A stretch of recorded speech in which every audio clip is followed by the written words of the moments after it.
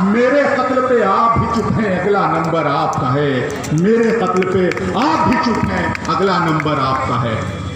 साथियों, जिस तरह का माहौल आज उत्तर प्रदेश के अंदर चल रहा है,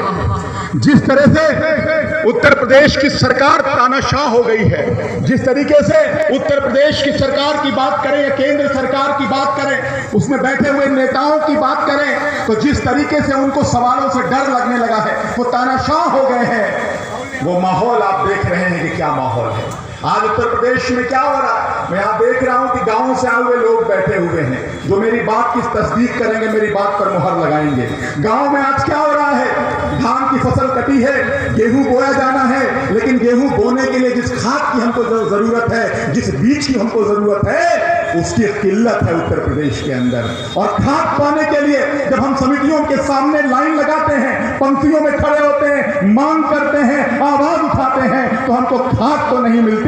लेकिन इस सरकार का लात मिलता है, लात मिलता है, लात मिलता है। ये सरकार लात मारने वाली सरकार है, ये सरकार मुकदमे लिखने वाली सरकार है, ये सरकार लाठियां चलाने वाली सरकार है, ये सरकार सही भाषा में बात नहीं कर पा रही है, काम नहीं कर पा रही।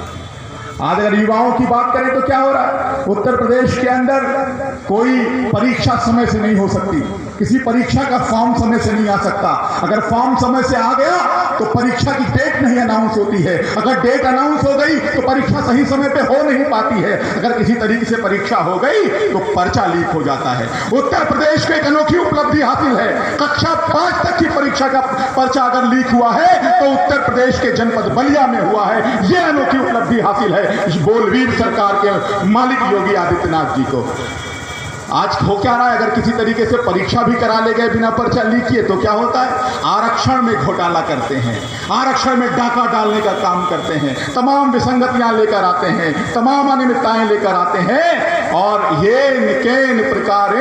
ये सरकार ये सुनिश्चित करती है कि नौजवानों को सरकारी नौकरी ना देना पड़े, नौजवान दर दर भटकता रहे। और ये भटकता हुआ नौजवान जब नौकरियों की मांग को लेकर सरकार के सामने अनशन करता है, प्रदर्शन करता है, विरोध जताता है, तो इस नौजवानों को भी लाठी मिलती है, गाली मिलती है, मुकदमा मिलता है, जेल मिलता है। और मंच से योगी आदित्यनाथ जी आकर कहते हैं कि मैं नौजवानों का भविष्य खराब कर दूंगा, उत्तर प्रदेश में योग्य नौजवान ही नहीं है तो नौकरियां किसको दी जाए। इस तरीके से नौजवानों को अपमानित किया जाता है, बेरोजगारों को अपमानित किया जाता है उत्तर प्रदेश के अंदर।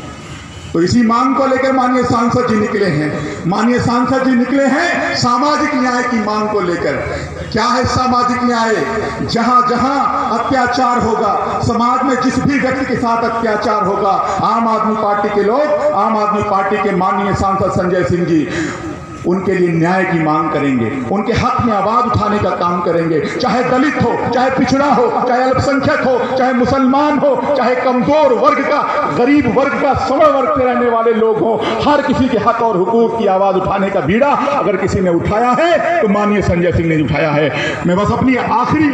बातें कह के आपसे विदा ले रहा हूं। आपने जेपी का दौर सुना होगा, आपने लोहिया के बारे में सुना होगा, आपने अंबेडकर के बारे में सुना होगा, आपने महात्मा गांधी जी के बारे में सुना होगा, आपने जॉर्ज फर्नांडिस के बारे में सुना होगा, आपने कर्पूरी ठाकुर जी के बारे में सुना होगा, आपने सुभाष चंद्र बोस जी के बारे में सुना होगा, आपने चंद्रशेखर आजाद जी के बारे में सुना होगा, आपने अबुल कलाम आजाद जी के बारे में सुना होगा, आपने मौलाना मोहम्मद अली जौहर साहब के बारे में सुना होगा, आपने मौलाना हजरत मोहानी साहब के बारे में सुना होगा, आपने खाद खान अब्दुल गफ्फार खान के बारे में सुना होगा, आपने डॉक्टर राम मनोहर लोहिया जी के बारे में सुना होगा। तो अगर इनको सुनना चाहते हैं, इनको देखना चाहते हैं, तो सबकी छवि आपको माननीय संजय सिंह जी की नजर के अंदर नजर आएगी। कभी गांधी बनकर, कभी लोहिया बनकर, कभी आजाद बनकर, कभी अशफाकुल्लाह खां बनकर, कभी राजगुरु बनकर, कभी राजेंद्र लहरी बनकर, कभी महात्मा गांधी बनकर आपके बीच आपके हक और हुकूक की लड़ाई लड़ने के लिए इस गूंगी बहरी अंधी तानाशाह सरकार की आंखों में आंखें डालकर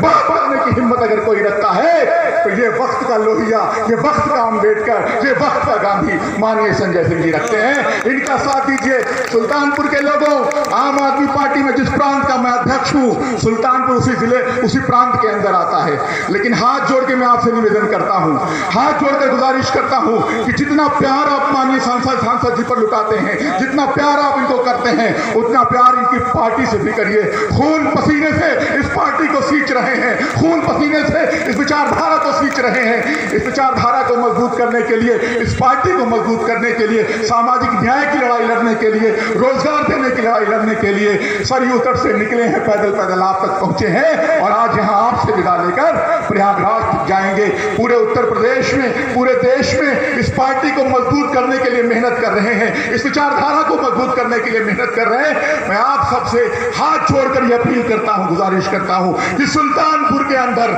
आम आदमी पार्टी को इतना मजबूत कर दीजिए कि पूरी दुनिया में चर्चा हो सुल्तानपुर का और आम आदमी पार्टी का। बहुत बहुत शुक्रिया।